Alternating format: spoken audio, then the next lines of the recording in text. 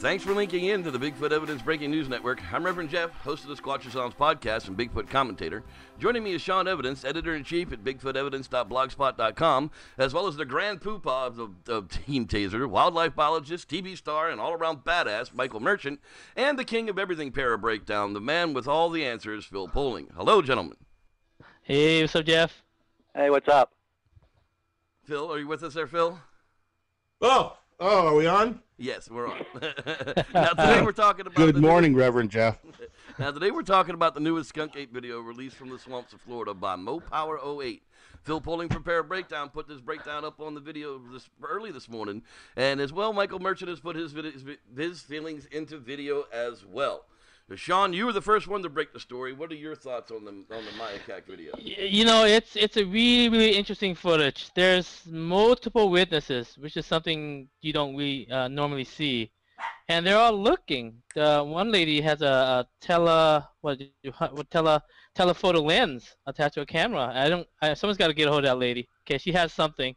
And then you have someone with binoculars looking at this thing. But the guy who uploaded to YouTube filmed the whole thing with his iPhone 4S, which has like a sucky ass camera. It doesn't suck that bad, but it's not the type you would use to film a Bigfoot, something this elusive. Right. It's very interesting. It's definitely not the preferred piece of camera for this fish. Now, Phil, you took a look at the footage early this morning as well and started your breakdown on it. What were your first thoughts on it? Well, after examining the film, or actually the video, after examining the video, and after a great amount of just analyzing it, I've come to this determination that it's blurry. It's no. Let me clarify. It's not in focus at all. It's pretty bad. I would have to agree with you. It's really, really, really bad footage. And Michael would say it's a blur foot. Well, that's what I was going to ask. Now, Michael Merchant, you two taking a look at it, and you put your video up on the SnowwalkerPrime channel there. What are your thoughts on that video? Oh, well, I agree with Phil. After spending a great deal of time looking at it, I came to the conclusion it was blurry. But there's a couple things that are interesting. Even though it is blurry, it does kind of look like a humanoid figure. It's a little bit too dark for a deer, and like I said in my video, the deer in that area are kind of tiny. But the video itself is like inconsequential. It's the same old blurry, they've got some kind of cloaking device, alien, whatever the hell it is. But when you listen to the people... An alien. The what? Alien. It's an alien. Alien, right. I mean, it confirms on 6 points for being an alien.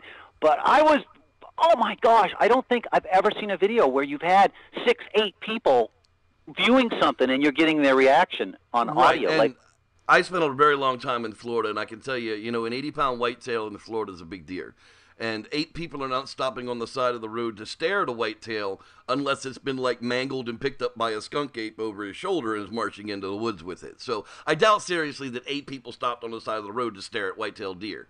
I just wish somebody had sprinted towards the great beast, Yeah, somebody's got to have those balls of steel. And by great beast, what he's talking about is that wildlife photographer dressed in brown who drove down the dirt road and hopped out and went over to the little deers to film them. Well, I thought it was a blurry turkey. Michael, if these guys were Russian, they would probably run after it. But that's right, Sean. They're just regular scaredy cat Americans. Yeah, that's right. The Yeti hunters are definitely got brass ones. Well, towards the end, that he told his son, "Let's run after it." Did you hear that part?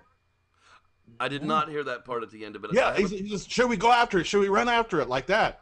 I don't know. And then, of course, it just cut off after that. But well, no, they did go out. You mean the skunk ape guys? They went out into the field there. Yeah. Then he said, and then they were like, after a little deer hopped up and ran away.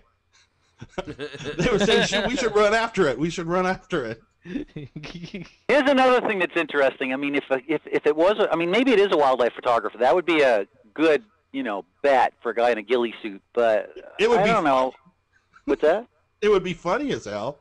It'd be kind of dangerous. Somebody's apt to shoot him if these other people think he's a skunk ape. And I don't know. Why was the person thinking it looked like an orangutan? Why were they saying it was huge? One person did say it looked like a person.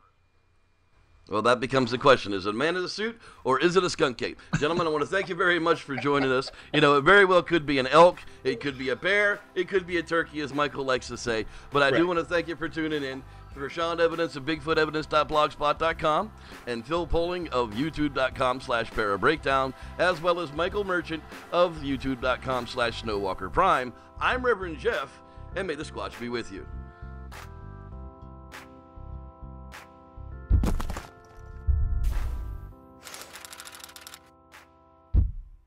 Team Taser approved!